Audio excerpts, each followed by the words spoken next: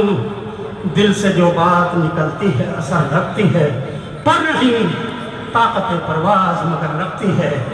मैं आपसे चंद बातें करना चाहता हूँ, तकरीर बिल्कुल नहीं करूँगा, इसलिए कि तकरीर करने के लिए स्टेमिना बनाना पड़ता है। स्टेमिना बनाने के लिए कम से कम 10 मिनट चाहिए होते हैं पहले, उसके बाद आधा पौना घंटा तकरीर होती है। तो मैं तकरीर नहीं करूँगा, सिर्फ चंद सवालात पर आपसे बातें करूँगा।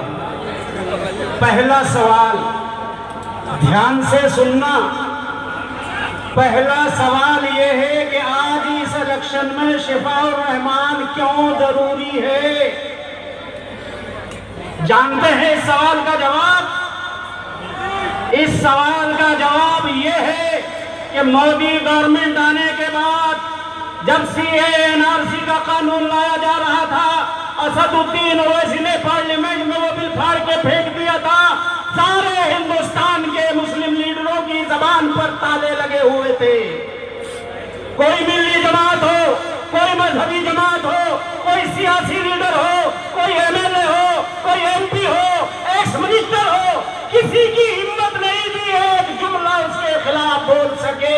दिमागों पर कर्फ्यू लग गए थे लोगों के उस वक्त। उस वक्त क्या हुआ? जामिया के कुछ सरफिरे बच्चों ने ये बेड़ा उठाया कि हम इस कौम की आने वाली नस्लों के मुस्तकबिल के लिए अपने आप को झोंक देंगे, अपने आप को दांव पर लगाएंगे। जब उन्होंने झंडा बुलंद किया इस बगावत का, इस कानून से, तो पुलिस ने कैंपस में घुसकर, लाइब्रेरी में घुसकर उन बच्चों के हाथ तोड़ दिए, पांव तोड़ दिए, आंखें फोड़ दी, सर फोड़ दिए। और फिर एक बार वही सन्नाटा छा गया। उस सन्नाटे के बीच में से एक आवाज उठी, उस आवाज का नाम था शिफाउर रहमान। उसी शिफाउर रहमान ने जो जामिया का उस वक्त प्रेसिडेंट था, जामिया के गेट नंबर 7 के सामने वहीं पर मंच गाड़ दिया और वहीं पर धरने पर बैठ गया। अपने सब दोस्तों को बुलाया, लोगों ने अपने रिश्तेदारों को बुलाया, माँ बहनों को बुलाया और वहां पर ऐसा जबरदस्त एजिटेशन खड़ा कर दिया कि जब वहां पर जगह तंग पड़ गई तो शाहीन बाग में जाकर के दूसरा एजिटेशन जमाना पड़ा। और फिर इस तहरीक का नाम पूरे हिंदुस्तान में शाहीन बाग तहरीक बन गया। और ये शाहीन बाग तहरीक एक दीवाना वार तहरीक बन गई। इस हुकूमत की नाक में नाक डाल दी, दम कर दिया। जब इस हुकूमत के पास बचकर भागने का कोई रास्ता न बचा तो फिर कोविड के बहाने से शाहीन बाग तहरीक को खत्म किया गया। कमीनापन आला दर्जे का जो दिखाया इसने, सबसे पहले कमीनापन जो दिखाया वो उस आम आदमी पार्टी के लीडर केजरीवाल ने दिखाया, जिसके पीछे हम भी थे, महमूद भी थे। और मैं तो उन लोगों में से था कि जो शायद 4, 6, 8, 10 लोग ऐसे होंगे जो उसके ड्राइंग रूम में जाकर के उससे बात बनवा लिया करता था। लेकिन जब उसका ये घिनौना किरदार हमने देखा, हमने उसके मुंह पर वही थूक दिया। आज हमारे इलाके से दो बातें और सुन लीजिए। केजरीवाल ने वोट लेने तक शाहीन बाग एजुकेशन का फायदा उठाया और इलेक्शन जीतने के, हुकूमत बनाने के फौरन बाद सेंट्रल सरकार से कहा कि इसको उखाड़ के फेंको, तुम्हारे बस का नहीं है तो पुलिस मुझे दो, 1 घंटे में शाहीन बाग एजुकेशन को खत्म करके फेंक देता हूँ। ये केजरीवाल ने कहा था, किसी और ने नहीं कहा था। दूसरा, जब दिल्ली में दंगे हो गए, ये संघी आदमी मुसलमान चीखते रहे, चिल्लाते रहे, ऐसे बुलाते रहे, 1 मिनट के लिए नहीं आया। फिर इसने क्या किया? इसने लिख करके रजामंदी दी, हमारा खालिद उमर हो, हमारा सफोरा गजर हो, हमारा जिमाल रहमान हो, खालिद सैफी हो, जितने लोग भी इस एजुकेशन में दिल्ली से उठाए गए हैं, उन सबको केजरीवाल ने उनके खिलाफ केस दर्ज करवा के उठवाया है। तब इन बच्चों पर केस चले, इन नौजवानों पर केस चले, जेलों में पड़े हुए हैं। ये केजरीवाल का पहला जुर्म है। आज हमारे इलाके से केजरीवाल की पार्टी से लड़ने वाला हमारा छोटा भाई, जिसको हमने अपना खून पसीना बहा करके एमएलए बनवाया था, वो कहता है कि मुझे उम्मीद नहीं थी ओवैसी साहब मेरे खिलाफ कैंडिडेट उठाएंगे। अमानत भाई, तुम मेरे छोटे भाई हो, मैं यहाँ से मैं ठोक के बात कर रहा हूँ।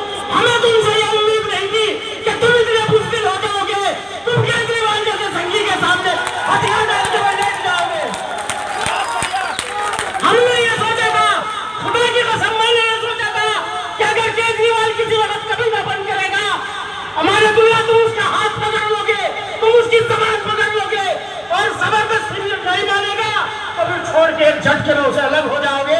तुम्हारे अंदर मैंने, क्योंकि तुम्हारा खानदानी रिश्ता मैं जानता हूँ, तुम्हारे वालिद का मुझ पर एहसान है। मैं जो दोबारा रोजे नमाज की तरफ आया, हाफिज कुरान दोबारा से बना, ये तुम्हारे बाप का एहसान है मुझ पर। उन्होंने मुझे कोशिश करके करवाया। लेकिन अमानत भाई, तुमने हमारे उन जज्बात की कदर नहीं की। तुम कहते हो कि मुझे शिकायत है ओवैसी से, और ओवैसी को कहते हैं वोट काटने वाला है, और ओवैसी ने क्या आवाज उठाई, तुम अपनी कुर्बानी गिनाते हो। हालांकि मैं ये कहता हूँ, मैं सच्ची बात यह है ईमानदारी की कि तुमने शुरू के 2-2.5 साल कुछ काम किया है, इसके अलावा कोई तुम्हारी कुर्बानी नहीं। तुम्हें जब केजरीवाल ने जिस काम के लिए कहा तुमने वो किया, जिससे रोक दिया तुम रुक गए। दिल्ली में दंगे हुए, एक रात तुमने मर्द मुजाहिद का किरदार अदा किया था एलजी हाउस पे। 2 दिन के बाद तुम्हें केजरीवाल ने रोक दिया, और फिर तुम्हारी ही साथ एक टीम को भेजा कि जाओ जमुना पार की उन मस्जिदों में, उन मदरसों में जिनमें आग लगाई गई, जिनमें सिलेंडर फाड़े गए, जाओ वहां से वो जले हुए के वो आग के निशान मिटवाओ, जल्दी से वहां रंगरोगन कराओ, पुताई कराओ, वो सबूत सारा मिटा दो। फॉरेंसिक जांच की टीम आने से पहले, इंटरनेशनल मीडिया पहुंचने से पहले वो सारे सबूतों को मिटा दो। तुम्हारी टीम ये काम कर रही थी। मुझे तुमसे ये शिकायत है कि क्यों तुम्हारे लोग वहां इस काम पे लग रहे हैं। हमारे भाई, तुमने वहां ईदगाह में रिलीफ का कैंप लगाया, हमने तुम्हें इसलिए एमएलए नहीं बनाया था कि तुम कौन से पैसे इकट्ठे करके, राशन इकट्ठा करके वहां रिलीफ बांटोगे। ये काम तो जमीयत उलमा कर लेती है, ये काम तो जमात इस्लामी कर लेती है, ये काम तो मुशावरत कर लेती है, ये काम तो दिल्ली काउंसिल कर लेती है, दूसरी हमारी सारी दिल्ली जमातें ये काम कर लेती है। हम जिसको एमएलए और एमपी बनाते हैं वो इसलिए बनाते हैं कि अगर मेरी कौम के हुकूक पर कोई सरकार या कोई नीरे डाका डालता है, या मेरी कौम के बच्चों के गलों पर हाथ डालता है, तो मेरा एमपी, मेरा एमएलए उसकी गर्दन पर हाथ डालकर जो उसे कहेगा रोक, ये मेरी कौम के बच्चे हैं, ये मेरी कौम के मेरे भाई है, तो इन पर हाथ नहीं डाल सकता। लेकिन अमानत भाई, मुझे अफसोस है, तुमने शिफाउर रहमान के लिए एक बार की आवाज नहीं उठाई। एक खत भी केजरीवाल को न लिखा कि केजरीवाल शिफाउर रहमान को बाहर कराओ, इनके साथियों को जेल से निकलवाओ। और मैं आज के वक्त बहुत कम है, मुदस्सिर भाई खड़े हुए हैं, लोग और भी होंगे। मैं फिर कहता हूं कि वहां भी आपने हमें मायूस किया। आप अगर उसका हाथ पकड़ लेते, आप केजरीवाल के खिलाफ एजुकेशन करते, आप मैदान में आते, खुदा की कसम पूरा ओखला तुम्हारी पीठ पे खड़ा होता, और लीडर की ताकत उसकी कौम हुआ करती है, उसके पीछे खड़ी हुई भीड़ हुआ करती है जमहूरियत में। और तुमने वो मौका गंवा दिया, तुमने वो मौका, मेरे भाई, मेरे छोटे भाई, तुमने वो मौका गंवा दिया। आखिरी मौका तुम्हारे पास था, और मैं फिर कहता हूं कि आज भी है, खुदा की कसम खा के कहता हूं, सिर्फ ओखला के नहीं, पूरे हिंदुस्तान के मुसलमान तुम्हें अपने सर का ताज बना लेंगे, तुम एक मिसाल कायम कर दो। लेकिन एक बार मैं एक मिसाल तुम्हें सुनाता हूं। किशनगढ़ में पार्लियामेंट का चुनाव हो रहा था, जनता दल यूनाइटेड नीतीश कुमार की पार्टी से अख्तर ईमान साहब, जो इस वक्त वहां पर स्टेट के मजलिस इत्तेहादुल मुस्लिमीन के सदर हैं और एमएलए भी हैं, वो उस वक्त जेडीयू से एमएलए थे, एक्स मिनिस्टर थे उसी पार्टी से रहे हुए। मौलाना अजहर कासमी का और उनका टकराव हो गया इलेक्शन में, दोनों का इलेक्शन बराबर हो गया। जैसा शिफाउर रहमान और अमानतुल्लाह का, अमानतुल्लाह बहुत पीछे है, शिफाउर रहमान का इलेक्शन बहुत ऊपर है। उस वक्त अख्तर ईमान ने जब ये पोजीशन देखी, एक तरफा खड़े होकर के ऐलान कर दिया कि मैं मौलाना अजहर कासमी के हक में इलेक्शन से विड्रॉल करता हूँ। अमानतुल्लाह में तुम्हें दे रहा हूँ, इस मंच से दावत दे रहा हूँ, आओ तुम्हें ऐलान कर दो पब्लिक के बीच में खड़े होकर के कि मैं केजरीवाल की झाड़ू फेंक करके मैं शिफाउर रहमान के पीछे खड़ा हो रहा हूँ। शिफाउर रहमान के अपने इलेक्शन से दस्तबरदार हो रहा हूँ, मैं इलेक्शन नहीं लड़ूंगा, मेरी कौम के लोग शिफाउर रहमान को वोट दो। तो मेरे दोस्तों, मैं गारंटी से कह देता हूँ, अमानत भाई, मुझे मालूम है कि केजरीवाल उसी दिन तुम्हें निकाल देगा पार्टी से, लेकिन खुदा की कसम, ये कौम जिसका नाम मुसलमान है, पूरे मुल्क में तुम्हें अपने सरों का ताज बना लेगी, तुम्हें अपने कंधों में उठा फिरेगी, तुम्हें हीरो बना लिया जाएगा। कुर्बानी देखो तो देखो, तुम दावा करते हो मैंने कुर्बानी दी। क्या कुर्बानी दी? अरे ये कुर्बानी दो और फिर कौन से शिकवा करना कि मैंने कुर्बानी दी थी।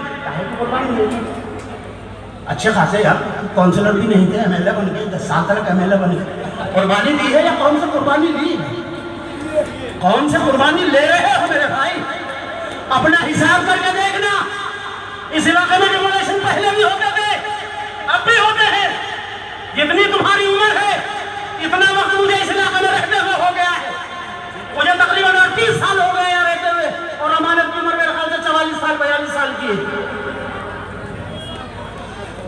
बुलडोजर पहले भी यहां चलते थे, लेकिन इनका रेट जो है वो उठा कर देख लेना। जब से केजरीवाल की सरकार आई है 10 गुना ज्यादा बढ़ गया। और जिस दिन से एमसीडी में आम आदमी पार्टी आई है उस दिन से 80 गुना यहाँ पर डेमोलिशन का रेट बढ़ गया। और आखिरी बात कहता हूँ, ये डराया जा रहा है कि अगर इसे वोट नहीं दोगे तो वो जीत जाएगा और बीजेपी आ जाएगी और वो खा जाएगी, उसे वहां से वोट नहीं मिलेगा, इसे यहाँ से नहीं मिलेगा, उसे वहां से मिल गया, हमें इतना मिल गया। मैं बिल्कुल सीधा कैलकुलेशन 2 मिनट में आपको समझाता हूँ।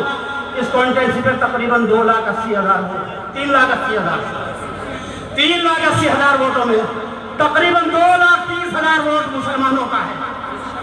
2,25,000 से 35,000 के बीच में मैं 2,30,000 मानता हूँ। 1.5 लाख के करीब गैर मुस्लिम वोट है। 60% वोट उनका पोल होगा, 60% हमारा होगा। हमारा रिकॉर्ड रहा है इस तारीख इस सीट पर 93 से यहाँ विधानसभा के चुनाव होते हैं। आज तक सिवाय पिछले इलेक्शन के कभी बीजेपी तीसरे नंबर से दूसरे पे भी नहीं आ सकी। पिछली बार दूसरे नंबर पे इसलिए थी कि शाहीन बाग एजुकेशन में जज्बात के बीच में इलेक्शन था। पूरी कौम ने दीवानावार तुम्हें वोट दे करके, यकतरफा वोट दे करके तुम्हें 72,000 वोटों से जिताया था। इसलिए बीजेपी दूसरे नंबर पर आ गई थी, बाकी किसी पार्टी को वोट नहीं मिला था। अब ये पोजीशन नहीं है, ना पहले थी ना अब है ना आगे रहेगा। अब वोट बराबर उधर भी बटेगा इधर भी बटेगा। उधर कांग्रेस को भी मिलेगा, आम आदमी को भी मिलेगा, सबसे ज्यादा बीजेपी को मिलेगा। वहां से मैं समझता हूँ दोनों पार्टियों को, आम आदमी को और कांग्रेस को 25 से 30,000 वोट टोटल मिलेगा, टोटल। और 50,000 के करीब बीजेपी को मिलेगा। 75-80,000 वहां से पोल होगा, इससे ज्यादा नहीं हो सकता। हमारे यहाँ से पोल कितना होगा? हमारे यहाँ से पोल होगा 1,60,000 के करीब, हो सकता है 170 भी हो जाए। इलाके के मुसलमानों, गैरतमंद कौम के लोगों, मैं तुमसे कहता हूँ कि अपने घरों से निकलो, अपने दोस्तों को, रिश्तेदारों को, अपने अजीजों को, अपने साथियों को निकालो और एक मिशन बना करके अपने सर पे कफन बांध लो 5 तारीख तक कि हमें एक वोट शिफाउर रहमान के लिए वोट कराना है। और अमानत को 1,30,000 वोटों से जिताया था, तो इसको 1,40,000 वोट दे करके तुम जिता दो। रिकॉर्ड रहा है इस सीट का। जब हमने इकट्ठा होकर के वोट दिया, 93 में हमने, हमारी अक्सरियत ने परवेज हाशमी को वोट दिया, जनता दल के टिकट पे जिता दिया। 98 में हमने वोट दिया, उन्हीं को इकट्ठा होकर के कांग्रेस के टिकट पे जिता दिया, फिर जिता दिया, फिर जिता दिया, 4 बार जिताया। और जब हमने इकट्ठा होकर के वोट आसिफ मोहम्मद खान को दिया, हमने इंडिपेंडेंट आसिफ मोहम्मद खान को भी जिता दिया। 1 बार नहीं 2 बार जिता दिया, कांग्रेस के टिकट पर भी जिता दिया। ये गलतफहमी दूर कर लो कि तुम्हारे वोटों से कोई हारता नहीं, कोई जीतता नहीं। तुम्हारे वोटों से ही जीतता है जो भी जीतता है। तुम अपने वोट इकट्ठा होकर के ताकत के साथ डालो शिफाउर रहमान को। दुनिया की सिवाय अल्लाह के कोई ताकत नहीं है रोकने वाली। और अल्लाह ने, मुझे ऐसा लगता है कि अल्लाह रब्बुल इज्जत ने शिफाउर रहमान की इज्जत के लिए फैसले लिख दिए हैं।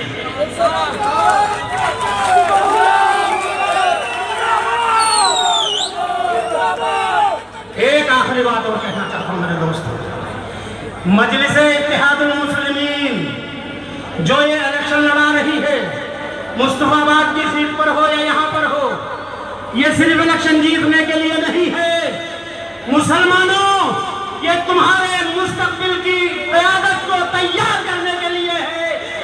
दोस्तों, ये सारी सेकुलर पार्टियां और सारी कम्युनल पार्टियां तुम्हारी आजाद इंडिपेंडेंट क़यादत की दुश्मन है, ये खत्म कर देना चाहती है।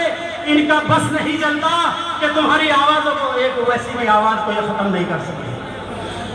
एक आजम खां की आवाज हुआ करती थी, बावजूद समाजवादी पार्टी में रहने के वो बंदा इंडिपेंडेंट आवाज बुलंद करता था, लेकिन उसको खत्म करने के लिए खुद समाजवादी पार्टी ने साजिश करके बीजेपी के साथ मिलकर के आजम खां का जनाजा निकाल दिया पूरी सियासत का। एक आवाज मुल्क में बची है जिसका नाम असदुद्दीन ओवैसी है। मेरे दोस्तों, मेरा 40-35 साल का तजर्बा ये कहता है कि ये सारे सेकुलर, सारे कम्युनल पार्टियां इस बात पर बिल्कुल मुत्तफिक है, मुत्तहिद है कि मुसलमानों की कोई इंडिपेंडेंट क़यादत इस मुल्क में उभरनी नहीं चाहिए।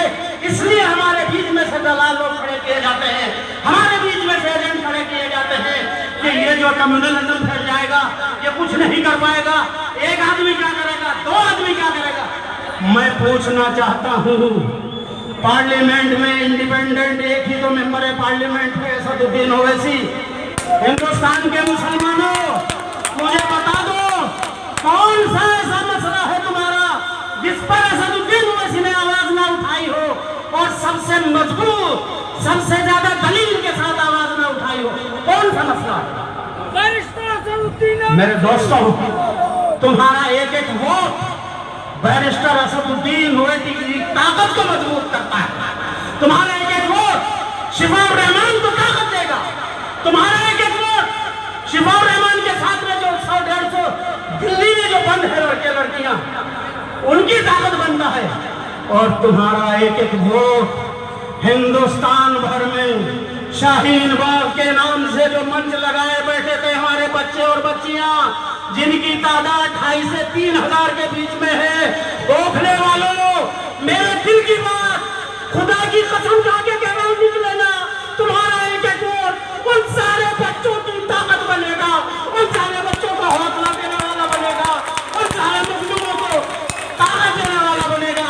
खुदा के वास्ते किसी भी प्रोपेगेंडे का शिकार ना होकर के, बिल्कुल यकतरफा होकर के, किसी की ना सुन करके सिर्फ और सिर्फ शिफाउर रहमान को वोट देना। मुस्तफा बाबू मेरी आवाज पहुंचनी हो तो ताहिर सभी को एक एक वोट डालना।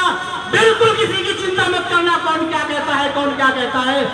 मैं समझता हूँ दिल से जो बात निकलती है असर रखती है, पर नहीं ताकत परवाज मगर रखती है। अल्लाह हाफिज।